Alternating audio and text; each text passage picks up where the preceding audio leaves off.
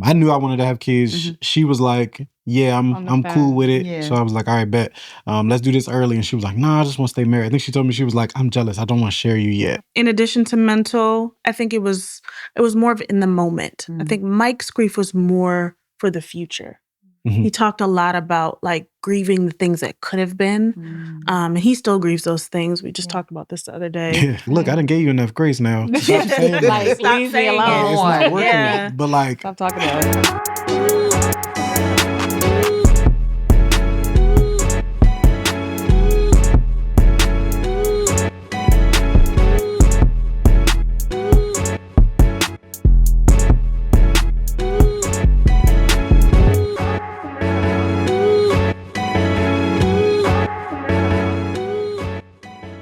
Welcome to Marriage Pentacles Chats from the Peak, where God's favorites link up.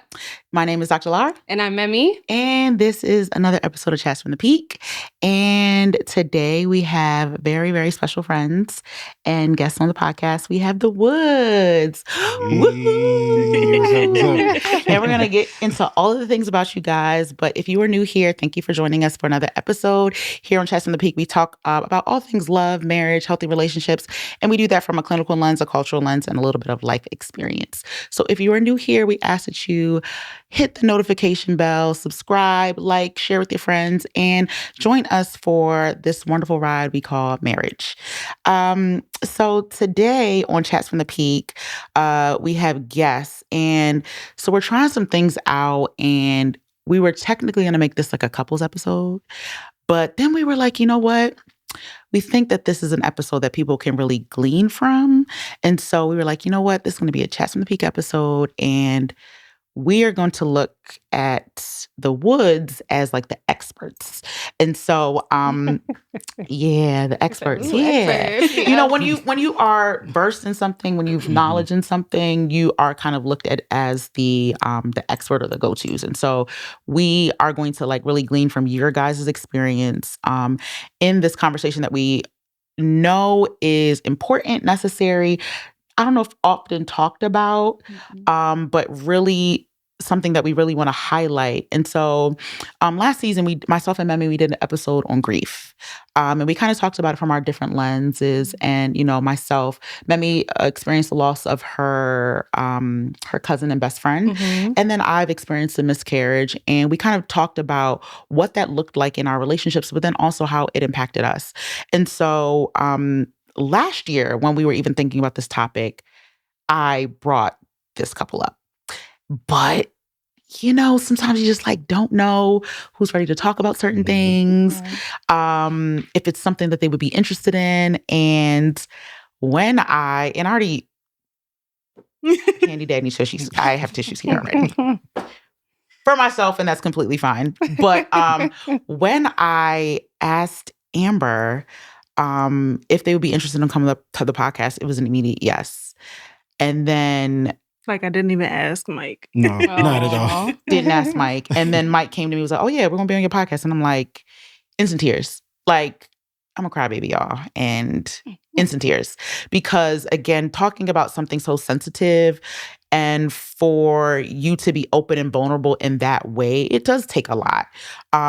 It's things that you kind of sometimes want to protect and keep between yourselves. But I think a lot of times when you're doing it because there's a purpose behind it, it's just you do it and you don't even think about it. And I think that that's something that's really special about the Woods, that it's outside of them, I think. And so this episode is, I think, a more heavier episode, but a necessary one. And so we are talking about grief today, and we're going to be talking about, they're going to share their experience and really what that looked like in their marriage, and then on the other side of that. So before we get started, I'm going to ask that you guys introduce yourselves, and then we're going to still do a little icebreaker. So introduce yourselves. You want me to go first? All right. So, hey, everybody. My name is Mike Woods. I am a Christian first, so I'll say that. Yeah. I'm an educator. I am a school counselor for middle school. I was born in D.C., grew up in Montgomery County, worked in PG, and now I work and live in Anne Arundel County. I just love what I do, man. I'm a husband to the most amazing woman in the world. That one right there. Yeah, this one right here. This is mine. Okay? But I just feel so blessed to be her husband. And I'm a father. I'm a father to my tissue. Sorry. On the intro, come on, y'all. Come on, we just getting started. I just want to point that out that this one said she wasn't gonna cry at all. Sorry to interrupt. No. But I'm my father to my son Julian and my daughter Avery, who we'll talk about today. So yeah, just happy to be here. Yeah. And I'm Amber Woods. I was born in New Jersey. Most people don't know that. But I lived most of my life in the Baltimore area. I am an educator by trade, but now I kind of dabble in the world of professional learning and curriculum development. I love God. He's my number one. My number two is my husband. I think he's happy to have that number. And I'm a mom to my Avery and my Julian, which we lovingly call Jaws, in case we just slip that in there. That's the same person as Julian. Julian and Jaws are the same person. Yes. Okay, perfect. But no Juju Bean. No Juju Bean, yeah. Because I definitely was like, oh, Juju Bean. She said, Lara, no. Julian or Jaws. And I said, noted. And he's a shark, so yeah, it's appropriate. It's appropriate. Yes. So these are the Woods, educators, lover of God, husband, wife, parents, all of the things. And we are so happy to have you guys here. Thank you so much. So in true Chastity Peak style, we always have like a little icebreaker to kind of get people to know you just a bit. And so you guys are not dating and engaged. You guys are actually married. Yeah. So, wrong deck. I mean, we married, but we still dating. You know what I mean? I love that. So, I love that. Yeah. Date night at the Peak coming soon. Check it out. Hey. Okay, so I'm going to give you guys, let's see, 2 cards. Let me give you that one. And I'm going to give you that one. And so you're going to read your card out loud and then answer. And hopefully you guys can look at it and kind of think of something. Okay, perfect. Okay. So read your cards to one another and let's hear what you have to say. Do you want to go first? Ladies first? Answer first? Yeah. Yeah, I'll answer first. Okay. How has your love for me transformed since we've gotten married? That is a heavy question. Okay, read it one more time. We get that a lot. Yeah. How has your love for me transformed since we've gotten married? Well, how has my love for you transformed? Me. Yes. I think it's grown a lot. It's helped me to want to be better. I think being married is like a mirror, so you see yourself, and so from like week one, I'm like, okay, I'm seeing things about myself that I need to work on, I need to fix, in ways that I can help care for her because I know she's looking out for my best interest. So what can I do to help lighten her load, to look out for her best interest as well? And so as far as like how my love is transformed, I think it's caused me to work harder, helped me to be better, so that I can be better for you. And I just love you more and more every day. Oh my God. Thanks. Which part we gonna cry on? Jesus, Michael Woods. Intros, icebreakers. Dang, we just tears. got started. I know. Jeez. Great answer. Thank you. All right, you ready for yours? How do I make you feel most loved? I think you would think I would say when you help me with stuff at the house. That is what I was think. Like that is the answer. I think what I would actually say in 2025 is when I feel seen and heard and respected. Not that you disrespect me, because that's not the case, but just like the extra effort to show me that you see me and you hear me. That makes me feel loved. That's good. Noted. Literally my heartstrings. Amazing answer. Wow. Okay. Y'all ate that. That is awesome. Thanks, guys, for answering those questions. And obviously, what was it like for you answering those questions? I think we just hit our 8th anniversary this week. And so happy anniversary. Happy anniversary. One of the things we try to do every year is like take a step back and think and reflect on how we've been in that year and what we want to look forward to in the years next. And so it kind of just fell in line with what we've been doing already. Okay. Yeah. So is that like something that you guys set time aside for to do, or is it just kind of like a part of your like daily routine? Like, so hey guys, how have we been doing this last year? Yeah, I think I think it's a little bit of both. It kind of just happens, but we know it should happen, so we make time for it if it's not natural. But we try to do it every year on our anniversary, just have that conversation. Yeah, That's so beautiful. I love that. I think that's like a nice segue for so before we, kind of get into the topic at hand, we want to know a little bit about you guys, like your journey. So you just talked about celebrating 8 years. That's awesome. Amazing. That's a blessing. We always celebrate another year because it's just another notch under the belt. It's not easy. It's not. We say it all the time. Marriage is hard work, but it's necessary and good work. So if you guys can tell us a little bit about your journey. How'd you meet? How'd you guys meet? How'd you get here? How'd you get to 8 years? So how we met is our favorite question because we don't really know how we met. We don't remember how we met. Oh, wow. So what I do remember is the first time I saw her, we were both... I was looking to join a student organization in college. She was already a member. So I remember seeing her. We went to different schools. She went to University of Maryland, College Park. I went to... baby. Come on now. I went to the Morgan State University. Period. Oh, Lord. A house divided. We are the best. That's it. We don't take no mess. Oh, God. But I was in the process of becoming a member, and I went to her university, and I remember seeing her on the yard, and I remember talking to my friend, and I was like, "You see her down there?" Whatever I did. And I was like, "I'm gonna have to get to know her at some point." And then I so we don't remember like officially meeting, because once you become a member, you just all the members you meet everybody all at once. So I remember us working together. She wound up becoming an advisor at the chapter at my university. And I remember her being so mean, and I did not like her. I did not like her. And I was like, yeah, she cute, but like... But the attitude. Y'all needed to be better, and you weren't. So... She had to crack the whip. And I was like, I'm not feeling her. So I just kind of moved on and just did other things. And then I remember we went to a conference, and the Lord works in mysterious ways. Very much so. We sat on the plane next to each other. That's crazy. This wasn't Southwest where we could just choose our seat. Yeah, You know what I'm saying? So like we had a number. Crazy. And I was like, I better not be sitting next to this girl. And I was. And I was like, are you kidding That's me? crazy. Have y'all heard the invisible string? That's what the invisible string theory. Yes. That's literally what that sounds like. So we wound up sitting next to each other, and I was like, well, I'm gonna have to make the best of this, because we're gonna have to be on this airplane for a couple of hours. And that's when we kind of became cool. Yeah. Friendly. Yeah, friendly. Friendlier. Yeah. And then from there, she had graduated. I graduated. I was looking for ways to still be involved in the organization. She was already doing some things post-grad, so she kind of got me involved and got me connected with some people, and wound up working under her office. And so that was good. I was just trying to do my part and try to help out the organization. And I mean, it didn't hurt that I thought she was attractive. So I was like, yeah, I'll work for you. I never knew this. Really? Yeah. You never sensed the attraction? Because I was older than him. Okay. And so like I always saw him as like a little brother Oh, for okay. a long time. And then Brother no more. what happened?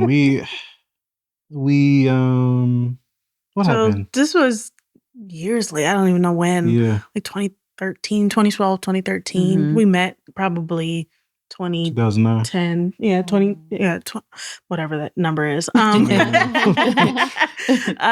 So I needed like a mentor for one of my students. I was teaching at the time.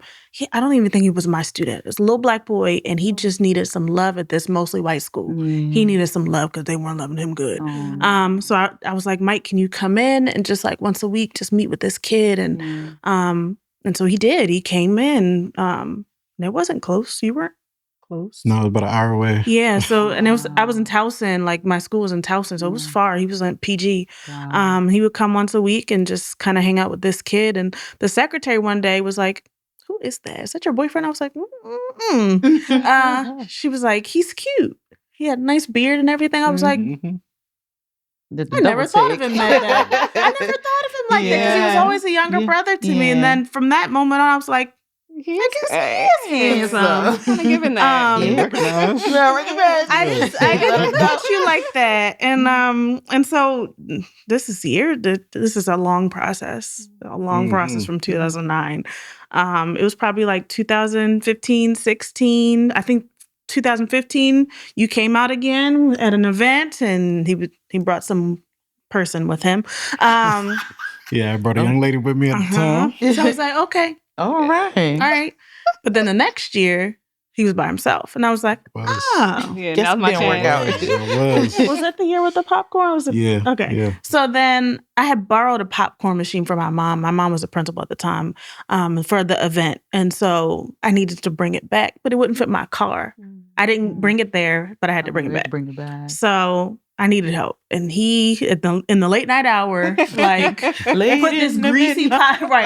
put this greasy popcorn machine. Before that, because I was working for you and I was like, how can I help you for the event? That's true. And she was like, I need a host for this event. I said, a host is the day of. She was like, can you please just host this event? And I was like, I do not want to do this. But he did. Andy. Like, she look cute though. All right, I'll host the event. I'll host the event. Yeah, pretty privileged. That's how it went. Ain't no joke. And then the popcorn machine. So there was a lot of service happening that weekend. Yeah. Like he went out of his way. We were in DC and then had to travel to Columbia, and he lives in Silver Spring. There was a lot of back and forth. So it was really nice. So I just kept hitting him up after that. Like, thanks. Like, we're just talking through text. And I was like, at some point I was like, I'm not texting this man. I hate texting. I hate it. And I'm a horrible texter. All the words come out wrong. So I was like, at some point, you know, if you feel up to it, you can give me a call. So, shoot your shot. Shoot your shot. But I decided that was it. Like, I was going to shoot it and I was going to keep it moving. But that was like giving the opening for him to shoot the shot. Yeah, you just made it comfortable. Open the door. Exactly. Ladies. And so he walked in. It's a gem. And that was it. Yeah, because I didn't think she was interested in me. Right? Until that. Like she said, I'm only a year and a half younger than her, but I was like, but in the organization, like 5. I joined the organization 3 years before. Okay, so you had more felt. Yeah, got you. So she had a position. I was like, she got her stuff together. I just got my little degree. She not checking for me. She not checking for me. And then when she was like, you can call me later. I said, I can call you later. Call you later. Waiting. Period. Say less. Will. And did. And that was it. Did. That's so cute. Been talking ever since. So wow. That's amazing. We got That's married in 2017 and we've been together. Wow. Had some kids and bought a house and we're here. Yeah. Wow. Y'all getting a dog?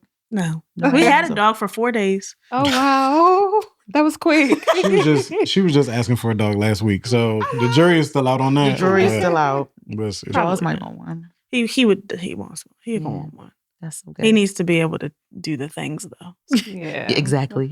Take care of it. Absolutely. Mm-hmm. Okay, so hearing this love story, hearing all of the things and journey that took you to get there. So obviously, what do the people say? People say you meet, fall in love, get married, you have kids. And so for you guys, were you guys the type who wanted kids right away? What was that like? Yes and no. Okay. I think when we got together, I wanted kids. Yeah. Then I got married. I didn't want kids anymore. Really? I was just loving life. Yeah. Like we were traveling. We were just, I loved just us two together. Yeah. He still wanted kids, but for a while I was like, I'm good. Yeah. Thanks. But then he still wanted kids. And I was like, okay, we can have kids. A kid, one kid. Just one. We can have one. And so I gave in a little bit. And we started thinking about, getting pregnant and having a kid. So that process was interesting. Can you tell us about it? For sure. So we got married. I knew I wanted to have kids. She was like, yeah, I'm cool with it. Yeah. So I was like, all right, bet. Let's do this early. And she was like, nah, I just want to stay married. I think she told me, she was like, I'm jealous. I don't want to share you yet. And I was like Amber. I was like, okay, whatever. But we both wound up going back to school. So we were like, nobody wants to change diapers and write papers. Yeah, for sure. Let's finish that. So she went back and for a certificate program. I went back and got another degree. And then we were like, all right, it's time to start the family. And so all of our family was proud of us. They were like, yeah, y'all are doing it right. Y'all done got married. Y'all done got a house. Y'all done got these degrees. Give us the babies. Give us the babies, I'm sure. Amber was like, baby. So just one. So we were clear. Just one. Just one. So we eventually, I had got a new job, finished my degree, got a new job. She had got a new job. We're like, now's the time for us to go ahead and start our family. So So we were trying, and we got pregnant. And so we were excited about that. Came Did a whole little home, reveal, recorded little me, baby shoes, all kind of stuff, and it was great. It was great. So we were so excited for that because we were like, "This is the plan. This is what we wanted. Things are unfolding. Everything is new. Everything is good." And so we found out we're pregnant. So we're excited. And then not too long after that, had a miscarriage. And we didn't even make it to our first doctor's appointment. So that was tough. And I think Amber took it really hard. I'm a very like optimistic person. So I'm like, it's okay. Like we will, like this sucks and we will still move forward. God will still provide. Absolutely. And it was still very early. So like we didn't really have any like, we had attachment, but it was still very like still fresh. Like it hadn't really sunk in yet. So I was like, it's okay. We'll go back and we'll try again. Try to have another. It's before you continue. So at this point, did you share this information with anybody? Okay. No. We were only like, it was like a week. Okay. Yeah. And then we lost a pregnancy. Okay. So it was really early. We weren't Got you. planning to tell anybody anytime soon. Okay. Got you. So most of our family didn't find out until after our second pregnancy. So, and then, so we ended up trying again, and we got pregnant again later that same year. And this one was going good. It was going really well. We got to the doctor's appointments and the heartbeat and the ultrasound and all the pictures, and things were going. I had a perfectly normal pregnancy. Everything was good. We're looking forward to the baby. We had baby shower in June of 2022. Everything was good. We took some maternity photos on Juneteenth, I think it was, or the day after Juneteenth. And then the next day, I couldn't feel the baby move. So I was like, okay, something's up. I'm not really sure what's going on. Then we called the doctor, and the doctor's like, drink some juice, eat a cookie. Wake him up. Don't ever follow that advice. It's trash. And so I did all those things, and she never moved again. And so we found out, back up a little bit. We waited to find out the gender until our baby shower. So our family found out with us at the same time. So it was just those couple of weeks that we knew that Avery was Avery. We didn't know before then. And so how far, where are you in your pregnancy at this point? I was at 31 weeks. 31 weeks.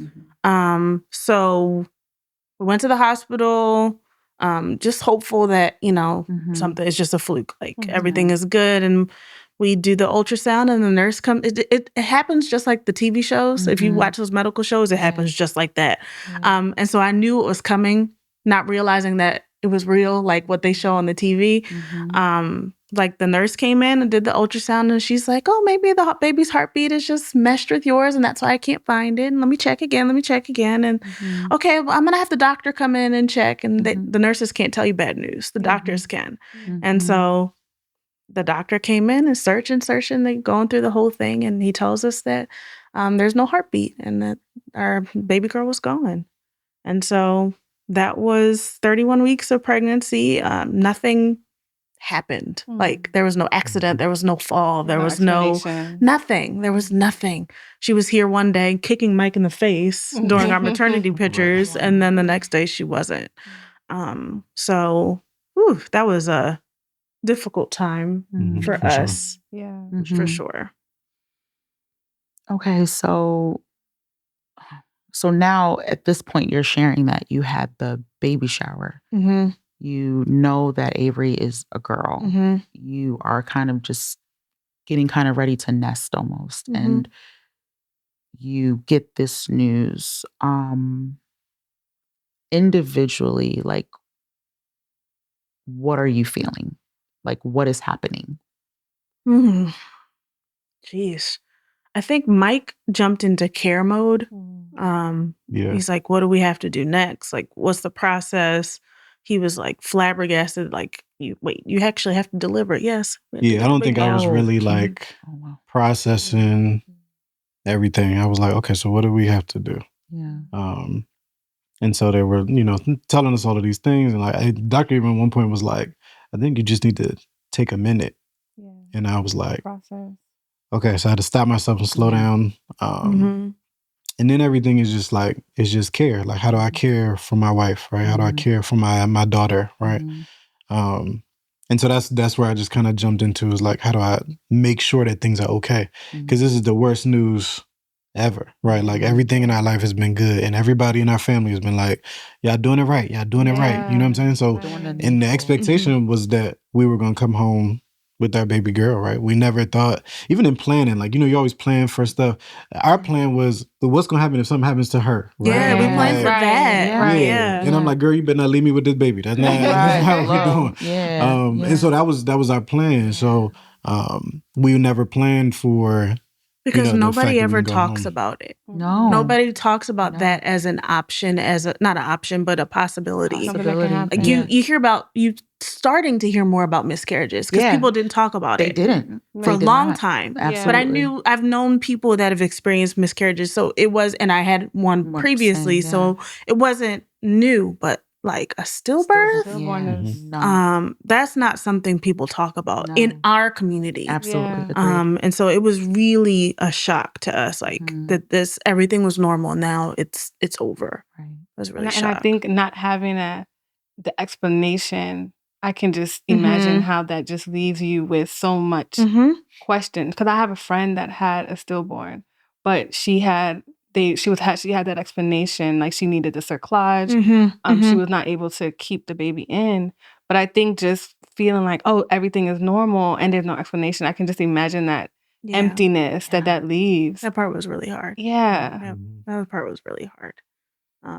Because you want to fix the problem if there's something wrong, like or even just think like, okay, next time I know what to do. Yeah, exactly. Was it something that? So the questions like, was it something that I did? Yeah. Was I doing too much? Is it something in our genes? Like you just didn't know. No answers. So they eventually did an autopsy and everything afterwards to figure out, but even that, like, she was perfectly healthy. They think that it was a placental abruption, but that's kind of a maybe. So it's not even a guarantee. Mark, And even that with like, with what happens with placental abruption, like, it's like, well, it can be caused by a fall.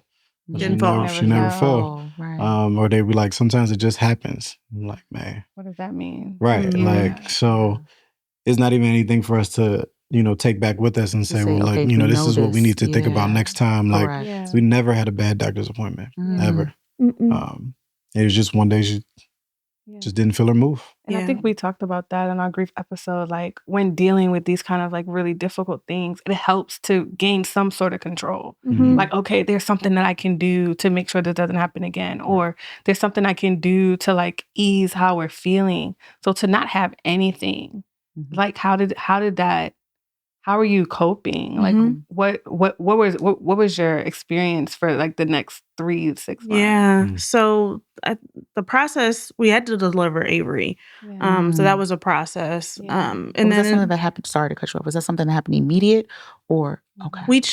We didn't want to wait. Yeah. They gave us the option to wait. Okay. I didn't like prolonging. What? I can go home. Why? Why would I go home? Yeah. So we decided to just move forward with it and induce delivery. There's stuff happening during the process, right? So like physically, like changes are happening to her body in the moment, right? That she can see. And so it's like, we need to go ahead and deliver her. Once we realized that that's what had to be done, it was like, we need to go ahead and do that. Yeah. So that was, I guess, a couple days process. From start to finish. Changed some doctors, and the second doctor really helped us out. The first doctor was not very good. I'm glad you guys advocated for yourself. That's so important. We had some good care once we got the right people, which is great. So we sing the hospital's praises for that reason. And that's not everybody's story. So it's not. For that. And so we got to delivered Avery. We wanted to see her, but we wanted to see her after she was all like cleaned up. But that's not what happened. The nurses brought her back in not too long after she was delivered because she was still warm. and they wanted us to hold her while she was still warm. And that was like the biggest gift. That, again, the care, that's the next level of care that we got. So during this whole process, like, it was just us. My mom was there, kind of in and out, more in than out. She left around not too far before I delivered, just to give us our space.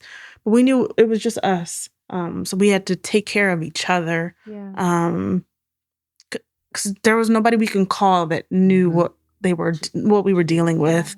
Our family was there for us, but they'd never experienced anything like this before. So the only people who knew what this was like that we knew of at the time was us. So we really had to lean into each other and lean into God, which is like, in those moments you think about what God that allows this to happen. But we decided to keep God in the equation and to lean in on him during that time. So we decided 3 things in the hospital before we delivered Avery. We decided we were going to stay saved. We decided we were going to stay married. And we decided that we were going to go to counseling.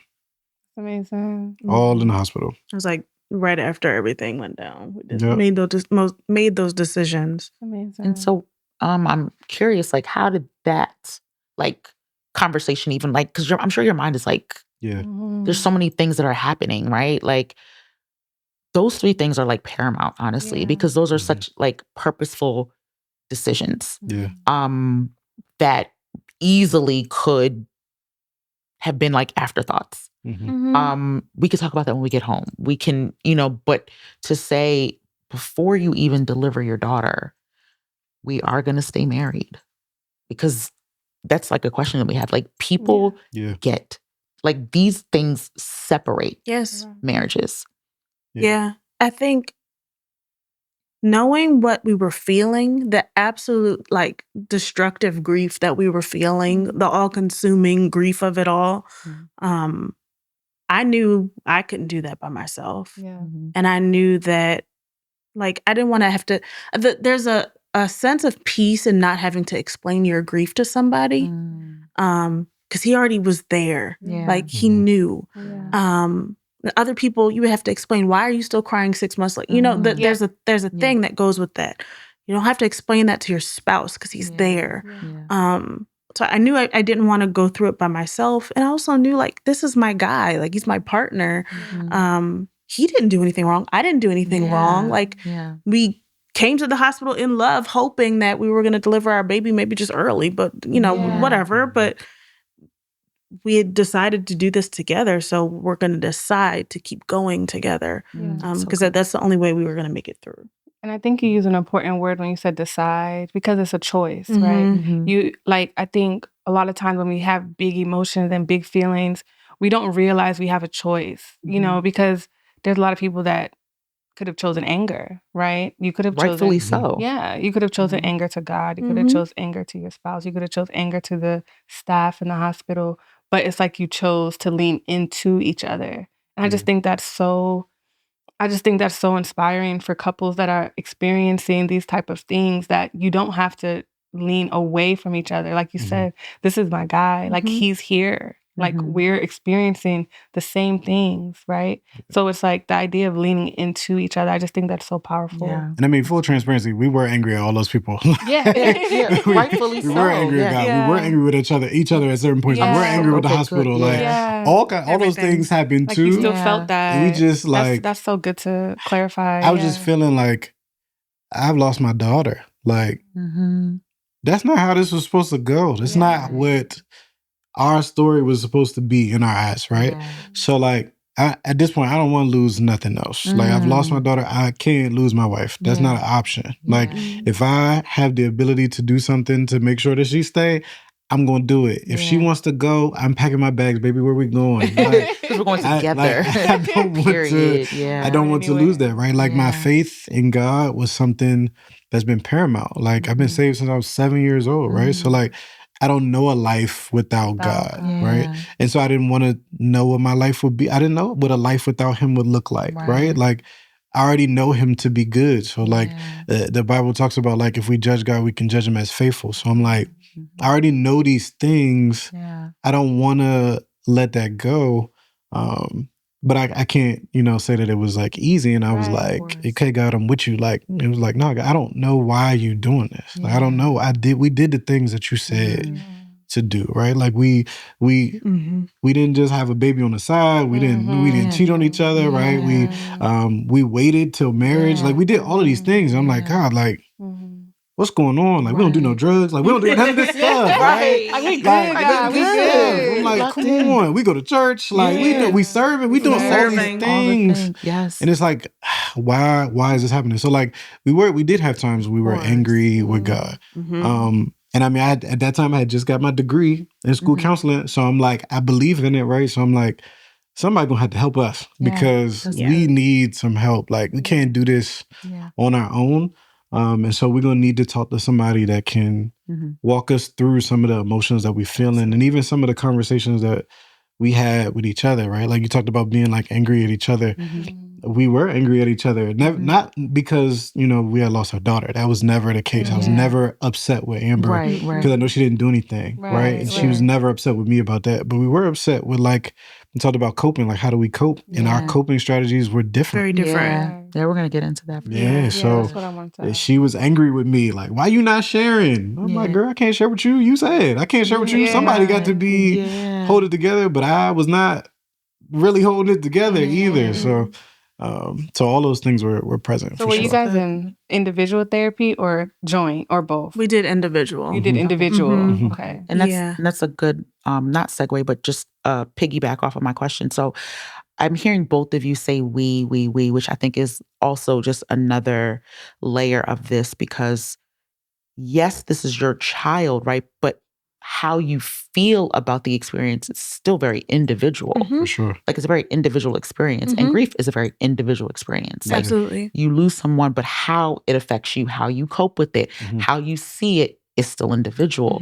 So I'm wondering, like, the grief was a shared experience, but what did it look like individually for each of you? Yeah. I think my grief was physical. And in addition to mental, I think it was more of in the moment. I think Mike's grief was more for the future.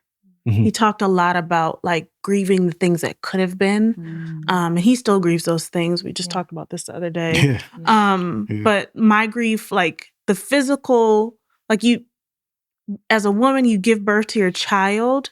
There's things that are supposed to come next. And your body prepares itself for those things that come next, like feeding your child. My body was doing all those things, but there was no baby to take care of. So that physical grief and that physical loss was really hard. And that kind of consumed a lot of what I was dealing with. But I was more in the moment, like I'm missing her now. I couldn't even think past like, infancy for her because that's what I was looking forward to and I was preparing for the most. And Mike was really looking forward to the entirety of it all. And so we had to really take the time to understand each other's grief. My tears were different from his because I was grieving something that he didn't experience. And I had to like explain those things to him because he doesn't understand it. And his grief looked different than mine. And at times it didn't look like he was sad, mostly because he was holding it in. But like he was grieving something that I wasn't necessarily grieving at the moment. And they were still both equally as important and as hard. And I think we both grieved our daughter in the moment. It was just, I was focused on taking care of her and the family. So like, because she had to deliver Avery, right?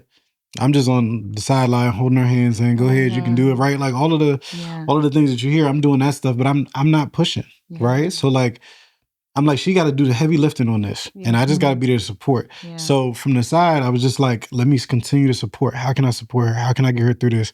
Because there's certain things that she's doing that I'm not, right? And so I took that on a lot. So did I grieve my daughter in the moment? Yes, but I was also like, I got to take care of her. And if she sees me doing some of these things, I don't want her to feel like she's not taken care of because she needs to be she needs to be cared for too. She's already done this hard work. Yeah. So I was trying to make sure everything was put away, that like if the TV is on and there's a, a commercial with a baby in it, we turn the TV off, right? Like I'm the one trying to do that stuff. I'm trying to get the bags in the house, all of those things. So a lot of times, like she's crying in front of us and I'm not. I'm crying in the shower. I'm crying in the bathroom. Like I'm crying on another floor. Because I didn't know how she was going to be able to react to my grief. Like she has her own grief too. Yeah. She's already done all of this crazy hard thing. Like I don't want her to have to carry mine too. And that was where we got some issues. Yeah. Because I needed to know, I needed to see him grieve. And did you feel like you wanted to be able to care for him as well? Yes, I did. And I think that's like, that was the relationship part of it. Like it wasn't just my grief, it was our grief. And so I wanted to take care of him just as much as he was taking care of me. We had to have that conversation. Like it is okay for you to feel your feelings here. Like I understand you might want, and at times he did have to kind of cut off his feelings for other people because they were grieving as well. But in this space, in this house, in this circle of just us two, like I want you to be able to tell me how you're feeling and what you're thinking and what you're hoping for and what you're missing and all the things. And so we had to have that conversation and like over time just let those walls down in the house. I think it was better a lot for both of us because we could really support each other and just listen to what the other person is feeling. And so then what it became was like we would just take turns grieving. So we'd be like, okay, it's your turn. Let me just listen. And she would just sit and talk and cry and I would just be there and pass the tissue. Right. And just and then when she finished, can I go now? And then it's my turn. Now I'm talking and I'm crying and she passing me the tissues and all of that, right? Which was good for our marriage, for us to talk about these things. And we were able to see each other more. We still need help though, moving forward. And so that's why we decided to do individual counseling because there were things that she had going on that were different. Like when we would share our concerns, what we're grieving about, sometimes they weren't the same. So like we shared in some stuff, but some stuff was different. And it was still a weight that I had. I was like, I feel like I am almost burdening her sometimes. You felt that. And I'm like, I want to share, but I also don't know how everything I'm feeling is going to land with her, right? And so I was like, I need to talk to somebody that I can just get all of my stuff out and can just help me work. And she can have the same thing. Somebody can just help her work because there's some things I can't help her with. And I think it was good for both of us. Absolutely. I think that's good. So I love how you guys are expressing how you're taking that time for yourselves to go and get therapy. But overall, how do you feel like this has like impacted your marriage? If from where I'm standing, clearly it's made you guys stronger. But would you agree with that? And if so, how? Yeah, I think it shifted our purpose. For sure. We got together. We were super into like, the kingdom, like enhancing God's kingdom and getting people saved and all of that. We were into education and supporting kids. Like we've always loved kids and done stuff like that together. So that was something that aligned us from the beginning. But when we lost Avery, kind of deciding not to keep that internal and share it. That actually started with me. Mike didn't really want to share it in the way that I did. So I like just posted her story like in little bits and pieces on Instagram. Because we had to tell people that we lost her because they already knew we were pregnant, and I was starting to get when's the baby coming? But I also didn't want her to just disappear. Like, because you don't get a social security number. You don't get a birth certificate. You don't get any of that. You don't get documentation that she's a real person. And so I needed to give her a voice because she would have had a voice if she was here. So we worked together to tell her story in little bits and pieces. And that really helped us to kind of start to connect to other people who had also experienced the same thing. Just so many people who had experienced miscarriages 20 years ago and never talked about it. And just like there was so much healing for us and for other people. And that's how we knew, like, okay, this happened to us. And the Bible says all things work together for our good. And you don't believe that when you're going through really hard stuff until you realize there's more than just the hard thing that you're going through. We can take this terrible thing and turn it into something that helps other people for years and years to come. Purpose And from so, pain, right? exactly. Yeah, And that's exactly it. We wanted there to be purpose in all of those tears and all of the hard parts that we went through. So we got really connected to a lot of people who've lost children in similar ways and different ways. And just being able to say, I understand what you're going through is like a huge thing for people because nobody understands what you're going through. I think it also helped us in our marriage. When you're in a hospital, you got to have a lot of hard conversations. You don't have a lot of time, right? I remember at one point somebody came in and they were like, here's a list of funeral homes. And I was like, dang, we got to talk about this. And we would be like, all right, we'll give a few minutes. And they would be like, okay, so which one of these we choosing, right? Because we got to make the decision, right? What are we going to do? We're not planning to bury our daughter. We're planning on like bringing her home, right? But now we got to have these conversations that we weren't prepared to have that have to happen while we're here, right? And so it really just put the battery in our back to just say, sometimes you just got to go. And sometimes we're scared, sometimes we're not sure, but sometimes we just have to go and just trust that things are going to work out. And it forced us to have a lot of hard conversations, which has been very beneficial in other aspects, right? We're like, we were just having a hard conversation in the car on the way over here, right? Like, because there are things that we need to address, right? And so like other times we might skirt around the issue and say, well, we'll wait till you're in better spirits for us to have this conversation. Sometimes it's like, this is affecting us now. We got to talk about it. Let's talk about it now. Let's kind of figure out what's going on. I think it also pushed us in our faith because that's something we question. Like, God, I remember calling my pastor and being like, how does a good God allow something like this to happen? And then feeling bad about asking that question, right? Like, I'm supposed to be more mature than this. Like, why is this the question I'm coming to, right? And I asked my pastor, I said, how am I supposed to say God is good? And I heard God just say, you just keep doing it. And I was like, man, I'm just keep doing it. And so like we wanted to stay safe. We decided that in the hospital. So I'm like, babe, we got to go to church. And she like, I don't want to go back to church. We have to because we're trying to stay safe, right? So like, we got to go. And so we just went and we just kept doing things, right? And like trying to believe the God that we know him to be, right? All of our lives, he's been good, right? And so this bad thing happened, yes. But how is he going to show up and be good in this situation too? And I think that's the mindset that we had. So we went to church and we didn't sing the songs and we sat and we cried and we were like, okay, God, you got to show us something. And so I think like, even though losing Avery is probably the hardest thing in our lives, it has pushed us to grow in so many different areas.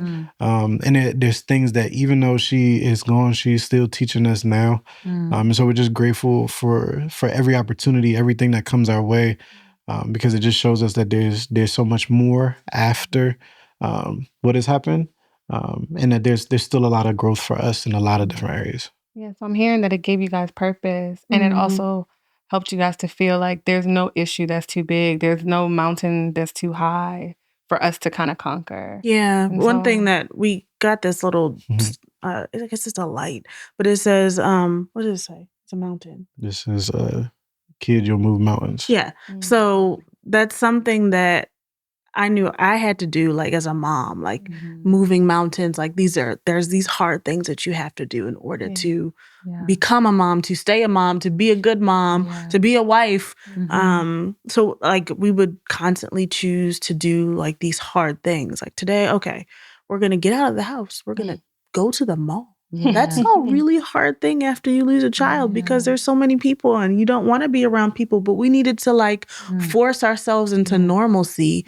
And I remember being in the mall and just sobbing because I saw a pregnant lady. And was I sad because she was pregnant and I wasn't? No, I was happy for her and I just didn't want the same thing to happen to her. But like I needed to have that moment so that I could see people and not break down every time. So like we purposefully chose to do hard things every single day. And I think that's something that we still do today. Yeah.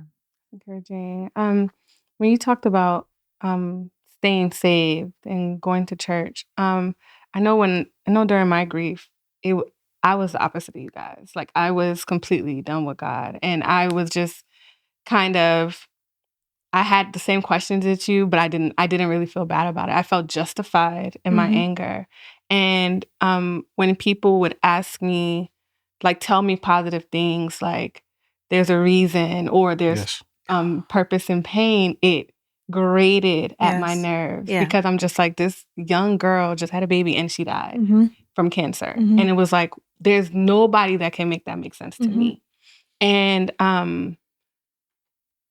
so I just wanted to know, like, how did those comments make you feel? Because I think one thing people don't understand, like you said, connecting with those couples that have experienced similar things, it is a safe space because they know how all that feels. They know what to say, what not to say, because they know what they don't want anyone to say to them.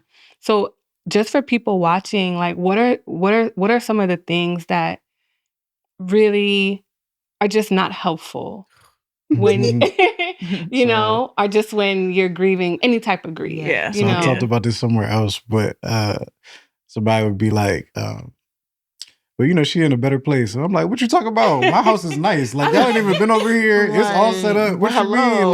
Like, this is a pretty good place. Yeah, like, this is great nice. Place. You know what I'm saying? Ain't much, but we do good for what we got. You know what I'm saying? But I think, like, we had lots of conversations about this. Like, we would just come home and be like, this person said this today. And sometimes it would be people that were, like, close to us. It would be family God that would say another stuff. Angel. Yeah, all kind of stuff. And, like, that stuff didn't help at all. It was like, we just want you to see us, right? Like, you don't even need to say anything. Just, like, we just need you to see us. And so, like, it was hard for us to hear some of those things. One of the things that we talk about all the time is we talk about grace and trying to give grace to people. And that's a struggle too sometimes. Like, look, I didn't give you enough grace now. Stop saying that. Leave me alone. It's not working. But, like, stop talking to us. I think one of the reasons why it's easier for me to work through grace is, so I have a friend who, when I met him, he had told me that he lost a child. And I wasn't there yet, right? So I felt some type of way, like I was concerned, right? But I didn't do the things that I thought I should have now when I look back, right? I didn't ask him a lot of questions. I didn't ask his child's name. I didn't do any of those things, right? I acknowledged it, right? I shared my condolences. And then we kind of just moved on and talked about other things in life, right? And then it happened to me. And I was like, oh, now I know. Now I know how this feels. I know, like, this dumb stuff I said and how that probably landed. And so I had to go back and apologize to him. And I was like, look, I'm sorry that I didn't do the things that I should have done. Like, I just didn't know. And now that I know, now I'm like, okay, now this is how I want to move. This is how I want to interact. And so this is why, like, we talk so much about giving other people grace, because I'm like, look, they don't know. And they mean well. It's always well-being. And I'm also glad that they don't know. You know what I'm saying? Like, I don't wish this on anybody. So I'm like, they said something that kind of ticked us off. Get them grace. Bless God that they don't know. And I pray that they never have to. So that's kind of what we do. Yeah, we tried to educate people too, like, that's important, through the story that we shared. Just like, these things actually hurt more than they help, and they're well intentioned. But probably the best way to serve somebody that's going through grief is to ask. Ask the question: how can I be there for you? Is it okay to say your loved one's name? Like, for some people it is, for some people it's not. Some people, that's the healing they need. Like, for us, just say her name. Like let her be real to you just as much as she was to us. So, like, trying to help people to navigate this uncharted space that they've never been in. And giving them grace when they do it wrong, but helping them to learn how to do it right. That's something that we really try to do. That's so important. And I think just even hearing, like literally as you guys are talking, I'm like, oh my gosh, what did I tell you guys when this happened? And I'm like, literally in my mind, this is not about me. I don't remember, at girls. all. Okay. Child, but I'm just like, oh my gosh. Because, even as a therapist, like you feel like you know the word sometimes, but like when it hits close to home, it's like you just want to support. Like you want to say the right things. You want to do. And I understand the importance of silence. Like sometimes it's not saying anything, but I feel like what I'm hearing from you guys, just even in the teaching, right, is that it's okay to be curious. Yes. Like, because sometimes people are like, no, I don't want it to hurt too much, but that curiosity makes her real. She was a person. Avery was a person. Avery is your daughter, and acknowledging that, I think I'm hearing that's something that you think is helpful for people to in going through this type of experience to know. Yeah. I would ask each of you, as you think back, and like even Avery, is Avery Strong? I thought, right? Okay, I thought so. So Avery Strong, you kind of shared that you were sharing her story and letting people know about her, making and keeping her real. That was your way of coping, I'm hearing. Why is it important? Like, why is her legacy important through Avery Strong? Like, how is that? Like, how are you keeping her memory alive through Avery Strong? So I'm gonna let you share, but I want to say a little bit about like why we said Avery Strong. So the day that Amber couldn't feel Avery move, we were both at home. I was getting ready to go to work, and she was like, "I haven't felt her move." So I said, "I'm not leaving until she moves. So we'll just stay here until we figure it out." And so she didn't move for a while, and I just stayed, and then she started moving, right? And so I said, "All right, there's my girl. I'm good. I can go to work, right?" And then, she hadn't moved since then. So I came back. We went to the hospital, all the other stuff. So like when we talk about Avery Strong, like we recognize that like in that moment, something was not right. Something wasn't doing what it was supposed to do, right?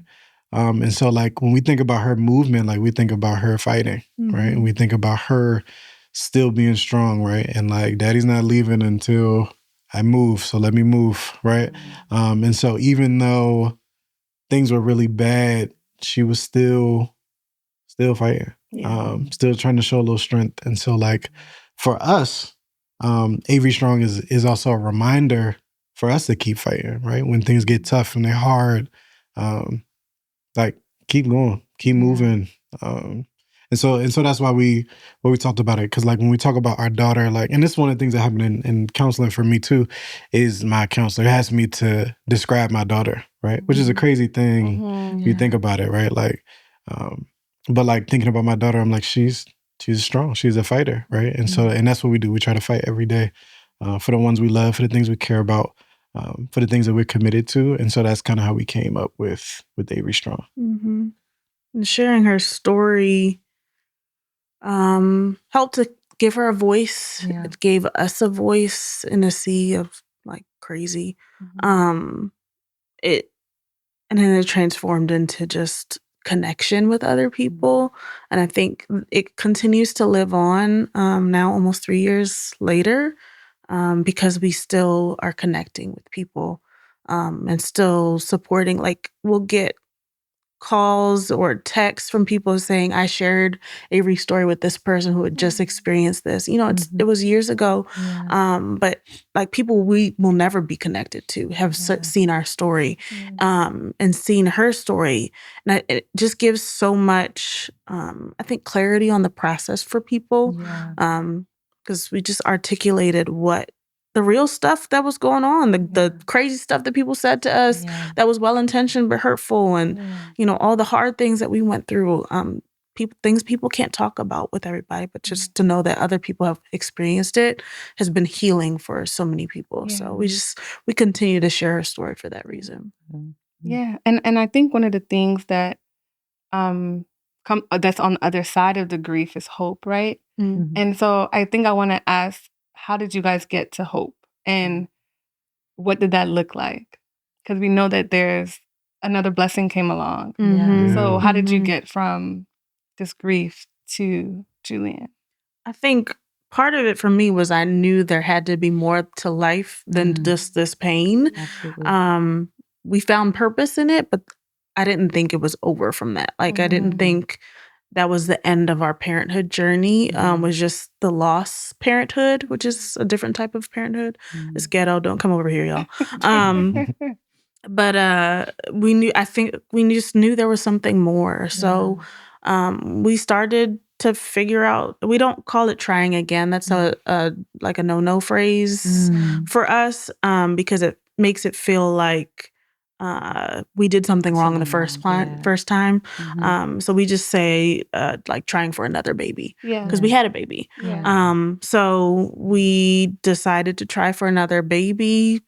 Kind of. It was kind of like, let's just do life, and if it happens, it happens. Okay. So that was more so the approach. It wasn't like trying to take the pressure off. Get pregnant. Correct. Yeah, because if you've ever been struggling to conceive in any way, it's you don't live your life. You just try to conceive. It's not.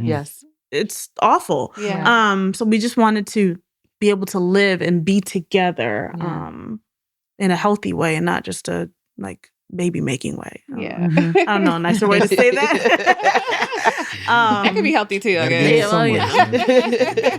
Without the pressure. Without the pressure. So I think that helped us to hope a little bit because the pressure wasn't there. And I think at that point too, we were in a different place with God. Because we had found purpose in it. And so the actual loss wasn't the same. The feeling of it wasn't the same. So that allowed us to hope too. So from there, just continue our story a little bit. So we get pregnant again. And we're like, all right, like, here we go. God has blessed. This is going to go right. And we miscarried again in St. Thomas. Yeah, it was at my grandfather's funeral. Yeah. Which is a whole mix of emotions, right? Because now we're at another funeral, right? So we're grieving again. And then that's the whole thing, right? Are they going to put our daughter's name in the obituary, right? Are people going to recognize that she's like part of the family, right? She was. So thank God and shout out to the family for that. And now we haven't even told anybody. Still early in the most beautiful place in the world. And we lose another baby. And so it's just like, come on, God, come on. Like, it's not fun anymore. Like, it's not funny. Like, it's not a joke. Like, what do we need to do to get this right? And so we were going to go to the fertility doctor at that point. They wanted to see, that there's more testing that needs to be done because we keep losing pregnancies. And how long, if you mind me asking, how long was this pregnancy? It was short, just like a week or two. Okay. Yeah, it was very short. No doctor's appointments. Like we just at home pregnancy tests. That's all we had. So we had scheduled for the fertility clinic and everything, and then found out we were pregnant, and so everything changed from there. So you're pregnant again. This is pregnancy number 4 at this point, right? So we're trying to, get through the pregnancy roller coaster, but we get pregnant again.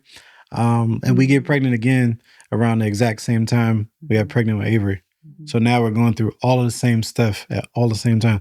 The little app with this little fruits on it, we got the same fruits every week, right? And so like we're not even reading it no more because we already know what's happening. And so like we are just like, okay, can we get it to the doctor appointment? Yes, we made it to the doctor. All right, can we just get through this point? So when people ask if I want another, no, I don't want another one. It was so stressful. So stressful. Imagine. And we just like still having faith. Like, come on, God. Like, I know you can be faithful. I know you're good. Like, we just need you be good again, please. Right. So and we learned to embrace every day instead of focusing on the end. We focused on every day that we had and tried to enjoy those because we knew that literally tomorrow was not promised. We've experienced tomorrow not being promised. And so we didn't want to miss the moments. So we did things different this pregnancy. Like we found out the gender. And we, named Julian so that we could call him by his name early on, and his family knew his name. Yeah, that was another thing too. Like we saved the gender, we saved for our shower for Avery. So nobody knew we were having a girl until then. We didn't know until then. And then we didn't share Avery's name until the family was there at the hospital. So we had been calling her Avery, but nobody else had. So we wanted to make sure that was different moving forward. We wanted our son's family to be able to know him by his name. So then we go through, then we tried to get to 31 weeks. That was the next part because we hadn't made it past 31 weeks. So we got through that through some support of some great friends. After going to the hospital before that. We did go to the hospital. So I was going to ask about that, right? Just like knowing both of you don't come across as anxious. Like seem very mellow, seem very level-headed, right? And just experiencing a miscarriage. I'm not really an anxious person either, but I do recognize that's the next time around, different ballgame. Like you said, those milestones were like paramount. Yeah. Like, okay, I'm pregnant. Test. Okay, check. Doctor's appointment. Check. Getting to the point that I got to that last time. Check. Yes. But like, it's still like a ball of emotions, like anxiousness. Like, what was that like that for the both of you guys? I was anxious. Well, big anxious. A ball of anxious. When the baby was big enough to do like kick counts, which I didn't do the first pregnancy, and they didn't really like emphasize it. I kick count every 2 hours. They say do it once a day. I did it every 2 hours. I was kick counting. So that was for weeks. So you can imagine that, like, I couldn't stop. I needed to know that he was okay. So that, I was big anxious. It was awful.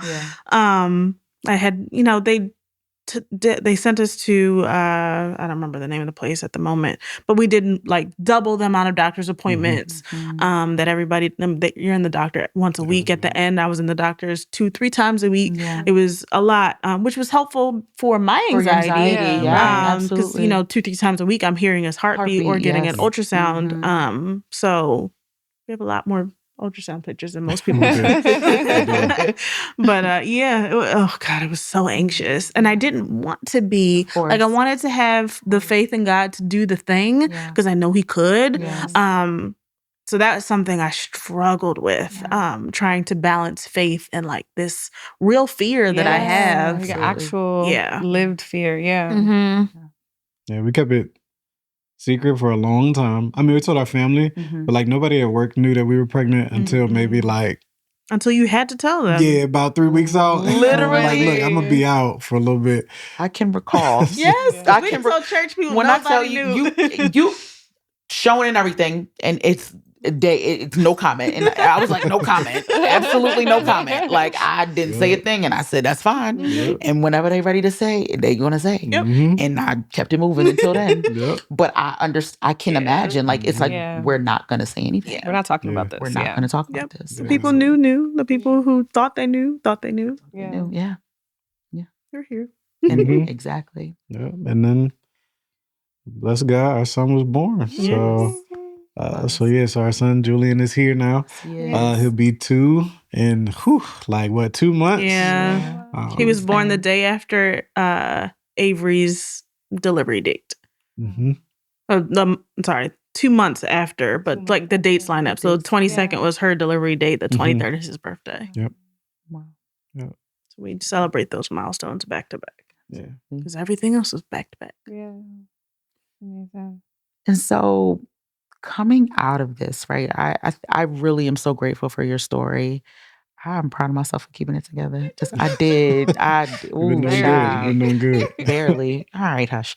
But I'm really, really grateful. But so, experiencing friends who've also gone through really difficult things, not even to the point of like loss, but having to deal with like medical, diagnoses and things like that. We're going to bring it back to like the both of you, right? So I'm hearing a couple things, your intentionality and your purpose, like we're choosing to do these things. Can you, and I know Memi has maybe some questions as well, but like I want to know from the practical standpoint, what you can tell couples, right? Going through a journey, a difficult journey, uncharted terrain, about how to stay connected. Because remembering, like, you just, even before people knew what the episode was about, you guys just, me and her, it's me and him, it's, it's this, I see this, right? Team. The team here, the we. And now hearing your story, people can probably understand why even more. But what are practical things you would share about staying connected, even going through individual grief? So one of the things we did is we would just do daily check-ins. Like we would just say, how are you doing today? What was a struggle for you today? What was a win for you today? Which was very helpful because we were struggling a lot. We was always struggling. Every day is a struggle, right? Like every day is a struggle. On that bus. Yeah. So like we would talk about the struggles, but then we would say, well, what is a win? Right. Yeah. And you had to. It was no other like, I'm passing today. Ain't no pass. Right. What was a win for you? We had to force ourselves to find the light in this dark situation. Yeah. And so that was helpful for us, is to say like, this is something that was good. And sometimes the win was very small. Yeah. But we would celebrate it. Celebrate like, the wins, yeah. You took a shower today. I'm proud of you. Okay. Yeah. I'm proud of you. Because when it's lost like that, you don't want to get up. You don't want to move. That's the least important thing. Nothing. So it's like, I'm glad you did that. Yeah. Oh, you got on your counseling meeting today? I'm proud of you for that. Right? Like, we wanted to celebrate the things that were wins. And so I would say check in with your partner, like just to see where they're at, because that helps you gauge what you need to do next, right? So like when I was busy trying to protect her, if I didn't check in with her, I wouldn't know that she didn't want protection. She just wanted vulnerability, right? And so like I had to check in with her and see like, what are you feeling? Like how are things going for you? And then she could say, well, a struggle for me is I'm over here crying all the time, and I don't see you crying. Yeah, right. I don't feel like you're upset. I don't feel like you care, right? And so like it forced us to have some of those hard conversations.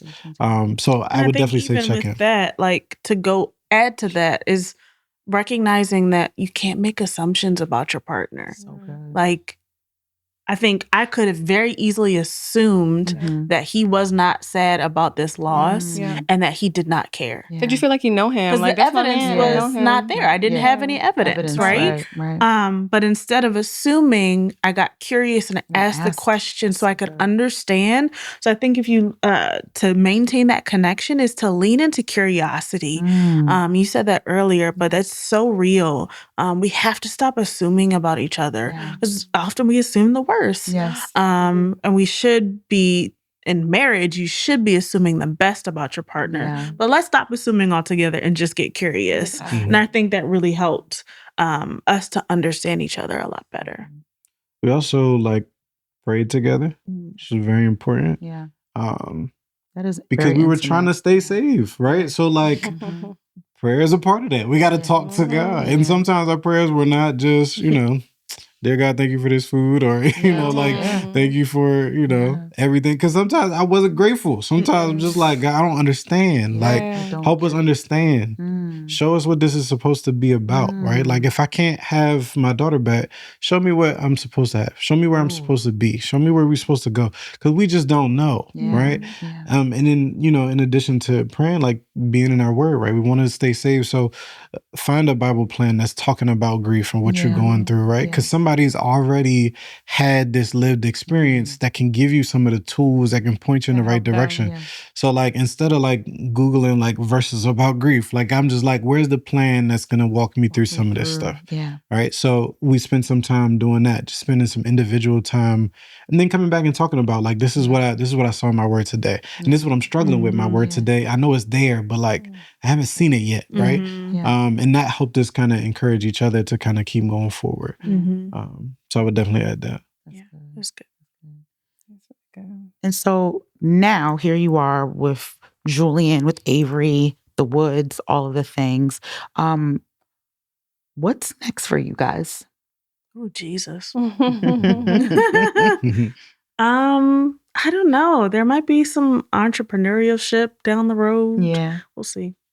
People want us to write a book. We'll see. People want us to do a podcast. We'll see. All the things. Yeah. We'll see. Shout out to y'all because I can't. This is a lot. I don't know. We want to travel. We want Julian to see the world. Yeah. We want to grow in our careers. I'm trying to find, new employment. Like, what's my lane going to be now in this world forever, hopefully. Whether that's something that I create or something that somebody gives me, we'll see.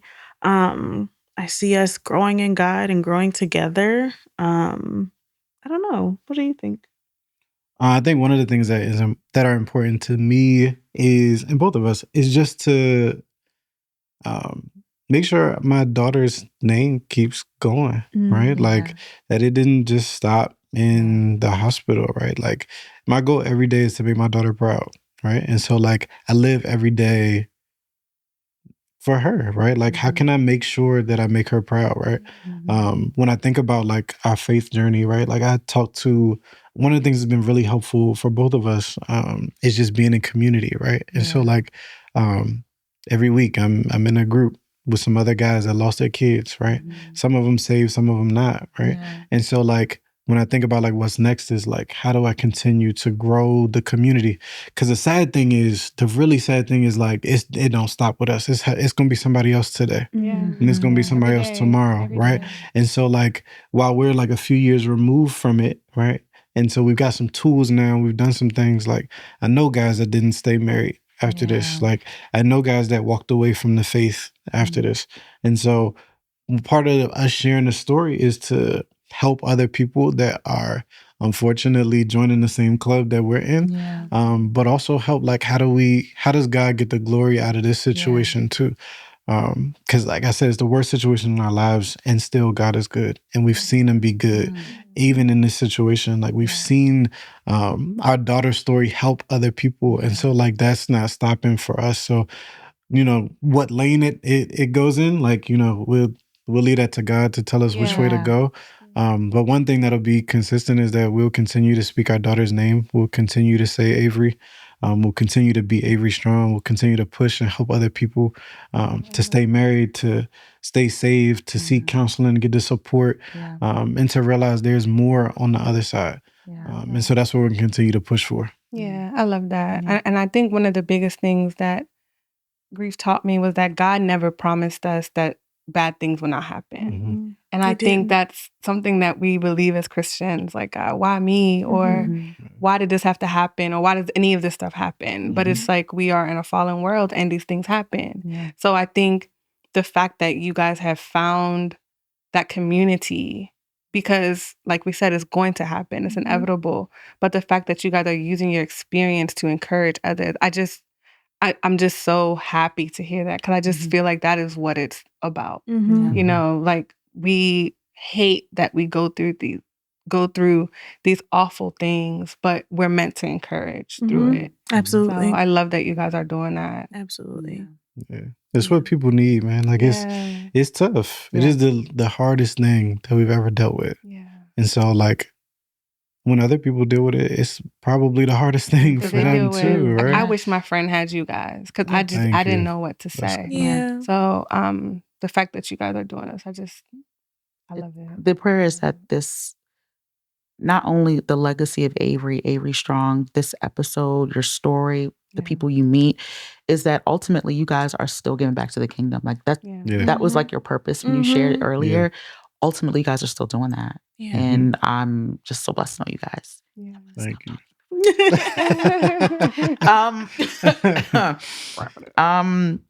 This has been a very enlightening, inspiring, just important conversation, and we're so blessed to have you guys come on the podcast. If you have stayed, and we hope you have for the end of this episode, share this with a friend. It's meant to encourage, it's meant to support. We're going to tag all their information where you can learn more about Avery and keep up with the Woods.